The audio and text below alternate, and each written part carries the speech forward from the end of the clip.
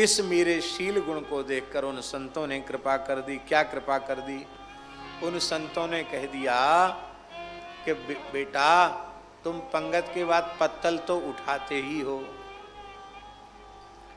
तो पत्तल में जो कुछ प्रसाद के कण रह जाते हैं उसको अत्यंत श्रद्धा पूर्वक ले लिया करो, तुम्हारा परम कल्याण होगा। अनुमोदितो द्विजयी, उन ऋषियों से अनुमोदित होता हुआ मैं उनकी आज्ञा से उनका उच्छिष्ट प्रसाद शीत प्रसाद में लेने लग गया। उससे क्या हुआ? सकृत्स्म भुंजे तदपास्त किल्विषा, एक बार उसको खाने लग गया तो उससे तत् अपास्त किल्विषा, संतों का उच्छिष्ट लेने से मेरे संपूर्ण पाप नष्ट हो गए। बहुत से लोगों को इस अर्थ पर आपत्ति है, ये अशास्त्रीय है, तो वो उच्छिष्ट का अर्थ लगाते हैं पंगत हो गई तो बर्तनों में जो बचा रह गया, रसोई घर के बर्तनों में जो बचा रह गया वो उच्छिष्ट है, ऐसा अर्थ भी कुछ लोग करते हैं, हठात बलात् ऐसा अर्थ करते हैं। लेकिन हमारे पूज्य गुरुदेव भक्तमाली जी कहते थे कि ऐसा वे ही लोग आग्रह रखते हैं जिन्हें भागवत धर्म वैष्णव धर्म में श्रद्धा नहीं। हमारे यहाँ तो भक्तमाल में होत प्रीति हर भक्त जनन सो, लेत शीघ्र हठि चरण प्रचाल, तजत कुसंग लेत सतसंगति, भाग जगत को अद्भुत भाल, नमो नमो श्री भक्त सुमाल, जाके सुनत महातम नासत, उर झलकत राधानंद लाल, नमो नमो श्री भक्त सुमाल, श्री अग्र नारायण दास प्रिया प्रिय, प्रगटी जीवन रसिक रसाल, नमो नमो श्री भक्त सुमाल। यहाँ उच्छिष्ट का अर्थ यही ठीक है कि उनके प्रसाद पाने के बाद जो पत्तल पर यत् किंचित कण बच जाते थे उनको मैं ले लेता था, वही उच्छिष्ट है। उससे मेरे संपूर्ण पाप नष्ट हो गए, मेरा अंतःकरण विशुद्ध हो गया। अब देखो जूठन क्यों नहीं खाना चाहिए? इसलिए जूठन नहीं खाना चाहिए कि जिसकी हम जूठन खा रहे हैं पता नहीं उसके जन्मांतरीय संस्कार कैसे हैं, और वर्तमान जीवन में उसका आचरण कैसा है पता नहीं, कैसी सोच है, कैसा चिंतन है, कैसा विचार है, अथवा शरीर में पता नहीं कौन सी बीमारी है, वो सब लग जाएगी जूठन खाने वाले को। बाबा जूठन खाने की बात तो बहुत दूरी की है, पापी मनुष्य के द्वारा स्पर्श किया हुआ पदार्थ खाने से बुद्धि बिगड़ जाती है, छूने से बुद्धि बिगड़ जाती है। आप क्या समझते इस बात? जिस किसी के आसन पर बैठने से, लेटने से, उसके वस्त्रों का व्यवहार करने से वृत्ति बिगड़ जाती है। इसलिए पुराने संत देशकाली टकसाली महात्मा आसन वासन की पवित्रता रखते हैं। उनको तो अहर्निश भजन करना है, हर समय साधु पवित्र है। महाराज जी कहते थे, हमारे पहाड़ी बाबा महाराज कहते, बच्चा ये पंडितों का अर्थ नहीं है, साधुओं का अर्थ है। बोले विषयों से तर वो बिस्तर, और जिस पे भजन किया जाए वो आसन। साधु का बिस्तर नहीं होता, साधु का आसन होता है, और गृहस्थियों का बोले बिस्तर होता है। महाराज जी कहते थे बिस्तर नहीं है, आसन है। आसन की पवित्रता बनी रहे। स्पर्श का प्रभाव होता है, स्थल का प्रभाव होता है, तो उच्छिष्ट का प्रभाव क्यों नहीं होगा? तो कहीं किसी दूषित जीव के जूठन खाने से हमारे संस्कार विकृत न हो जाएं, हमारे शरीर में कोई आदि व्याधि बीमारी न लग जाए, इसके लिए नहीं खाना चाहिए। अब जो उच्च कोटि के भगवान के भक्त हैं, संत महापुरुष हैं, जिनका अंतःकरण पूरी तरह विशुद्ध हो चुका है, भगवत प्रेम में जो निरंतर डूबे रहते हैं, भरे रहते हैं, ऐसे संतों का जब हम उच्छिष्ट लेंगे तो उनके से लक्षण हमारे भीतर आ जाएंगे। हमारी भजन में रुचि हो जाएगी। वृंदावन की घटना है।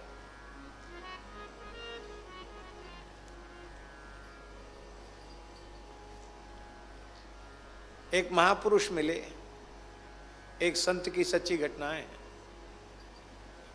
तो पता नहीं कौन से महापुरुष होंगे वो, ये निधिवन राज की बात है। एक मिश्री का टुकड़ा, मिश्री चूस रहे वे महात्मा, मिश्री चूसे मुंह से निकाली, ले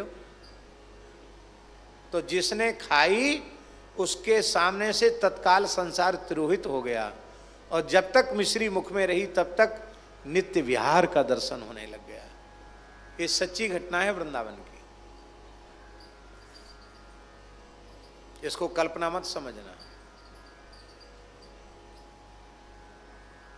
वेणुवृंद कुंज वाले महाराज जी भावावेश में थे, उनके हाथ का स्पर्श एक प्रेमी को हो गया। जिस लीला का वे आस्वादन कर रहे थे वो लीला उनके सामने प्रकट हो गई। भक्त के स्पर्श की इतनी महिमा है। अरे बहुत दूर की बात जाने दो, ये बैठे हमारे गणपत जी नाम है ना, राजस्थान की धरती पर एक संत हुए, राजपुरोहित समाज में परम सिद्ध संत श्री खेताराम जी महाराज।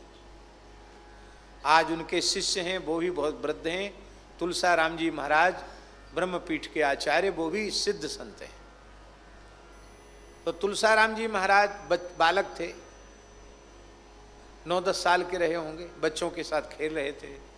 बाबा सत्य घटना है। एक सिद्ध महात्मा आएंगे, दिगंबर, नंगे धड़ंगे, शरीर में धूल मिट्टी लग रही है। बच्चा भिक्षा कराओगे, भिक्षा कराओगे? तो वो और बच्चे तो सब डर गए उनसे, महात्मा से। ये छोटे बालक थे, श्रद्धा पूर्वक 5 को प्रणाम किया। हाँ बाबा कराएंगे भिक्षा, क्या खाएंगे? बोले छाछ राबड़ी, राजस्थान में वही होता है। वो अपने घर गए, बोले बाबा भूखा है, छाछ राबड़ी मांग रहा है। छाछ राबड़ी जानते हैं ना? ये रबड़ी नहीं, दूध वाली रबड़ी, राबड़ी अलग चीज होती है? दरिया एक प्रकार का, बाजरे का। तो वो लेके छाछ राबड़ी लेके आए और उनके पात्र में डाल दिया। महात्मा ने छाछ में मिला के छाछ राबड़ी पी। उन अवधूत महात्मा ने, जो पूर्ण दिगंबर थे, और पिया। और पीने के बाद थोड़ी देर बाद वो जितना पिया हुआ था उसी बर्तन में उल्टी कर दिया, उगल दिया सब। और उगलने के बाद कहा, ले बच्चा पी जा। अरे हमारा जूठा खाने में भी कई लोगों को बहुत संकोच होता है, और कोई पी ले छाछ महेरी और फिर पूरी पलट दे और फिर पीने को खाने को कहे तो बड़ा कठिन है महाराज। लेकिन खेताराम जी की कैसी श्रद्धा रही होगी उस बाल्यकाल में भी, कि वो उसको श्रद्धा पूर्वक पी गए। पीते ही उनकी समाधि लग गई, पीते ही समाधि लग गई और वो सिद्ध हो गए। राज पुरोहित समाज भेड़ बकरी पालने लग गया था, अपने संस्कार भूल गया था। आसोतोरा में ब्रह्मपीठ की स्थापना करके और ब्राह्मणों में फिर से ब्रह्मत्व जगा के उन्होंने अद्भुत काम किया। परम सिद्ध संत थे वो, केवल एक संत के उच्छिष्ट का प्रभाव था। दूसरी घटना हम सुनाते हैं।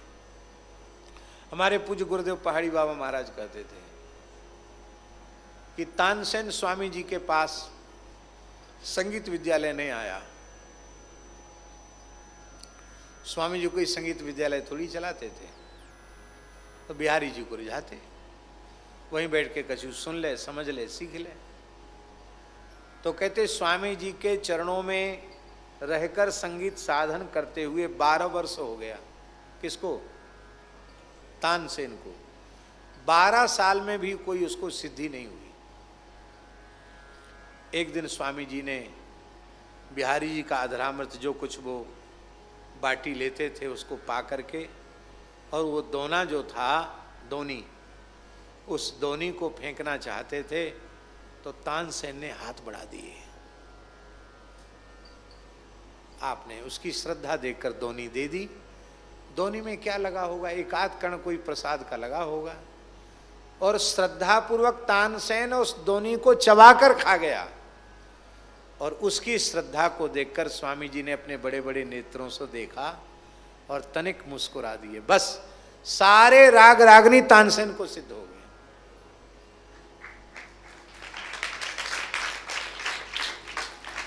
ताली वाली मत बजाओ ना, ऐसे सुनो खाली। सारे राग रागनी सिद्ध हो गए। श्री रामानुजाचार्य जी के जीवन की घटना है। वो जिन अपने गुरु यादव प्रकाश जी के विद्यालय में पढ़ते थे, यादव प्रकाश आचार्य बहुत बड़े विद्वान थे। जिस दक्षिण के राजा के राज्य में उनका विद्यालय संचालित था, सारी वृत्ति राजा की ओर से प्राप्त होती थी विद्यालय की। उस राजा की कन्या को ब्रह्म राक्षस का प्रकोप हो गया।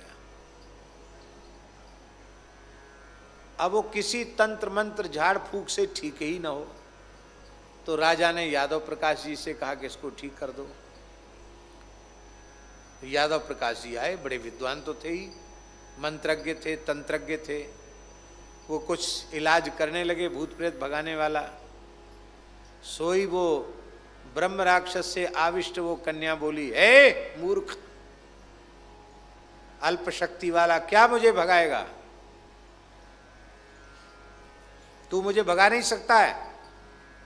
क्यों? क्योंकि तू मेरे जितना पंडित भी नहीं है, विद्वान भी नहीं है, और तू तो इसी जन्म में ब्राह्मण हुआ है। मैं 7 जन्म से ब्राह्मण होता चला आ रहा हूं, शास्त्रों का मर्मज्ञ विद्वान होता चला आ रहा हूं। अब प्रेत योनि में पड़ा हुआ, पर तू तो पूर्व जन्म में विष खोपड़ा था। वो ब्रह्मराक्षस बोलता है, तू पूर्व जन्म में विष खोपड़ा था। विष खोपड़ा तो जान दो ना, हमारे यहाँ जंगल में बहुत है, यहाँ जड़खोर में है गोयरा, तो जंगल में बहुत है। विस्कोपड़ा था पूर्व जन्म में तू, तो विस्कोपड़ा से मैं ब्राह्मण कैसे हो गया, फिर शास्त्रों का पंडित कैसे हो गया? बोले एक संत ने अपने ठाकुर जी की सेवा करके और भगवान को भोग धरा के कुछ पाया और दोना फेंक दिया। उस दोना को तूने चाट लिया, उसके कुछ समय बाद तेरी मृत्यु हो गई।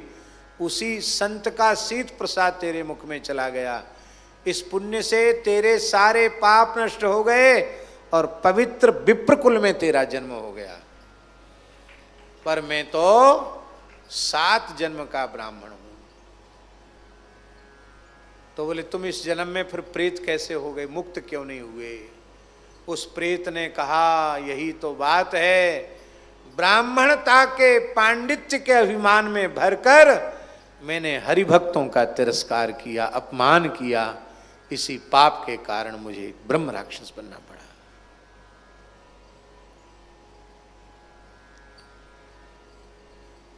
तो इसको क्यों पकड़ा, इसको छोड़ दो। बोले नहीं, मैं उद्धार के लिए आया हूं। तो तुम झाड़ फूक से जाओगे नहीं तो कैसे जाओगे? तो उसने कहा, तुम्हारे विद्यालय में एक बटुक है, उसका नाम है रामानुज। यदि उसका उच्छिष्ट मिल जाए मुझे और उसका चरणामृत मुझे मिल जाए तो मेरा उद्धार हो जाएगा।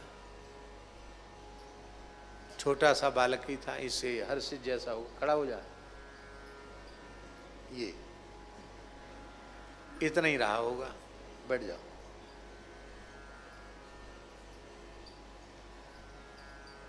तो जैसे ही बालक का चरणामृत दिया गया, प्रसाद दिया गया, वो तत्काल मुक्त हो गया। बोले मैं विमान में बैठकर वैकुंठ जा रहा हूं।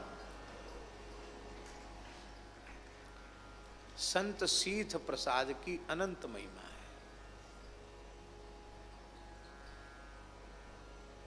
एक ब्रजवासी बालक हो वृंदावन को, वहाँ को नित्य नियम हो कि सुदामा कुटी में आनो और पूज्य गुरुदेव भक्तमाली जी की जूठन ले ली, नियम से। सवेरे से कुछ नहीं खाता, जब महाराज जी दोपहर में कुछ पाते तो उनके पत्तल का, थाली का कुछ प्रसाद लेकर के तब घर, वहाँ भोजन कभी नहीं करता, भोजन घर में जाके करता, पर कथा सुनने आना और नित्य प्रसाद लेना। अब एक ही बालक, सुनार को बालक, अब ब्याह के योग्य भयो, बोला मैं तो विवाह नहीं करूंगा। बोले तुम अकेले हो, वो अकेले होने से क्या हुआ, आपको छोड़ के नहीं जाएंगे, जब तक जिंदा हो तब तक सेवा करेंगे। ब्याह नहीं करूंगा, मैं भजन करूंगा, ब्याह नहीं करूंगा, ज्यादा परेशान करोगे भाग जाऊंगा। तो मैया बाप उसको लेके महाराज जी के पास आए, भक्तमाली जी के पास। महाराज 10-5 होते तो एक आपको दे देते, एक ही छोरा है महाराज, चलो जाओ, कहाँ खाओगे को हमारो बुढ़ापे में, ये ब्याह की मने कर रहे है। हम भी वहीं उपस्थित थे। महाराज जी बोले जब तक हमारी जूठन खाता रहेगा तब तक विवाह का संकल्प इसके मन में नहीं आ सकता। तुम इसका यहाँ आना बंद कर दो, जूठन खाना बंद कर दे, तुरंत ब्याह की इच्छा उत्पन्न हो जाएगी। महाराज जी ने तो हंसते हुए कहा। किसी रिश्तेदारी में उसको जाना पड़ा मैया बाप के साथ, और कुछ दिन ब्याह की महाराज जी की जूठन छूट गई, और वो अपने आप ही बोला कि हाँ पिताजी, अब जहाँ तुम्हारी इच्छा हो हमारा ब्याह कर दो। बोलो वृंदावन बिहारी। चित्त निर्विषय हो जाता है। हम कोई बाबा जीवन में आए, वृंदावन में बड़वे आए, पर संतों के चरणामृत का महात्म्य, गुरुजनों के उच्छिष्ट का महात्म्य, आज साधुओं ने सदा सर्वदा के लिए अपने चरणों में दास को रख लिया।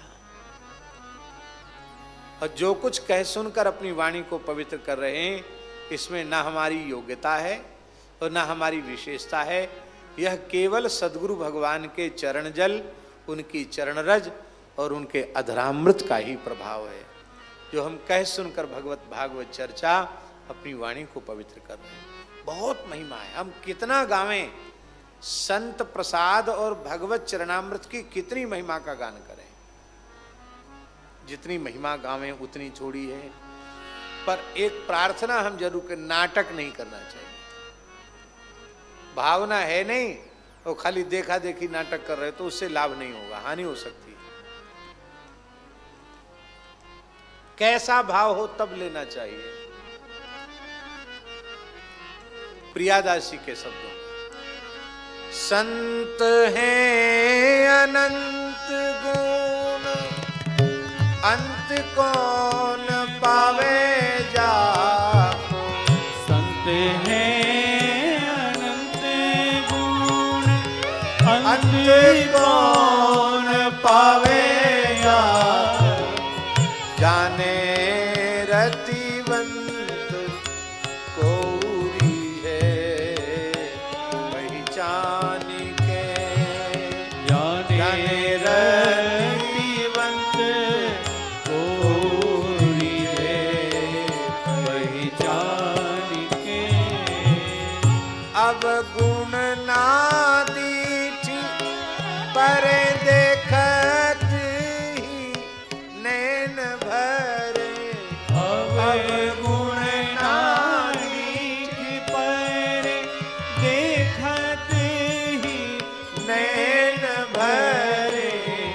धरे पग और वाही प्रेम पहचान के। धरे पग और वाही प्रेम पहचानिए।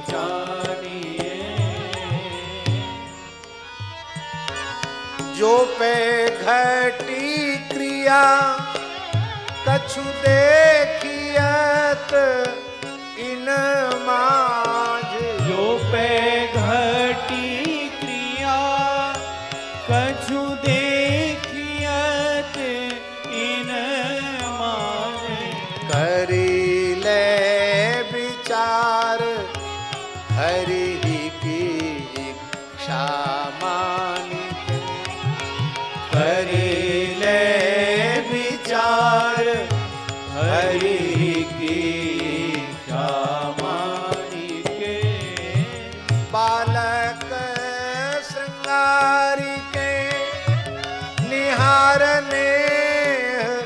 वती माता।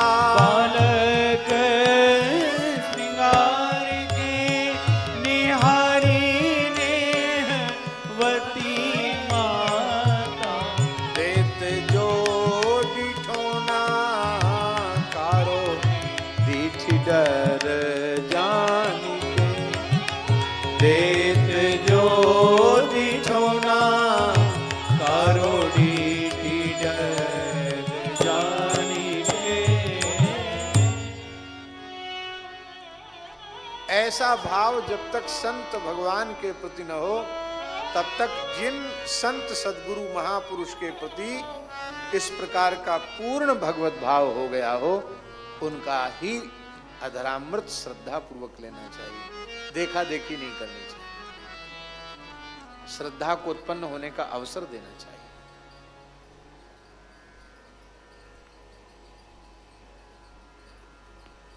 अच्छा, एक बात बताओ, महाप्रभु जी से बड़ा कौन होगा?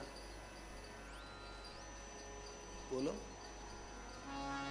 साक्षात नित्य गोलोक बिहारी मुरली मनोहर द्विभुज श्री कृष्ण राधा रानी के मादनाख्य महाभाव का आस्वादन करने के लिए पंडित श्री जगन्नाथ मिश्र के गृह में सची माता के गर्भ से प्रकट हुए।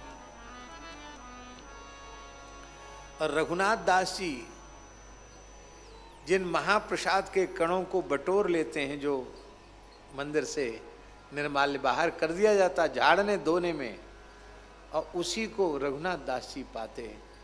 उनको एकांत में पाते देखकर महाप्रभु जी सहसा दौड़े और उसी में से भर के खाने लगे। ये क्या है? रघुनाथ दास तो उनके परिकर हैं, उनके पार्षद हैं। पर अरे रघुनाथ, इतनी अमूल्य दुर्लभ रसमयी वस्तु को तू चोरी चोरी अकेले खा रहा है, क्या इसमें से हमको प्रसाद नहीं देगा? और एक मुट्ठी भर के श्री चैतन्य महाप्रभु उसमें से पाने लगे।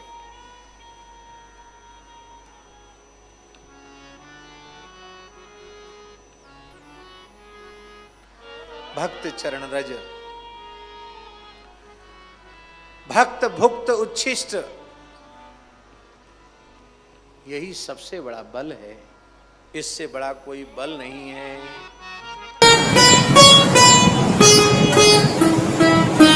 श्री सीताराम प्रतिदिन सत्संग एवं दर्शन के लिए श्री महाराज जी के ऑफिशियल चैनल को जरूर सब्सक्राइब करें।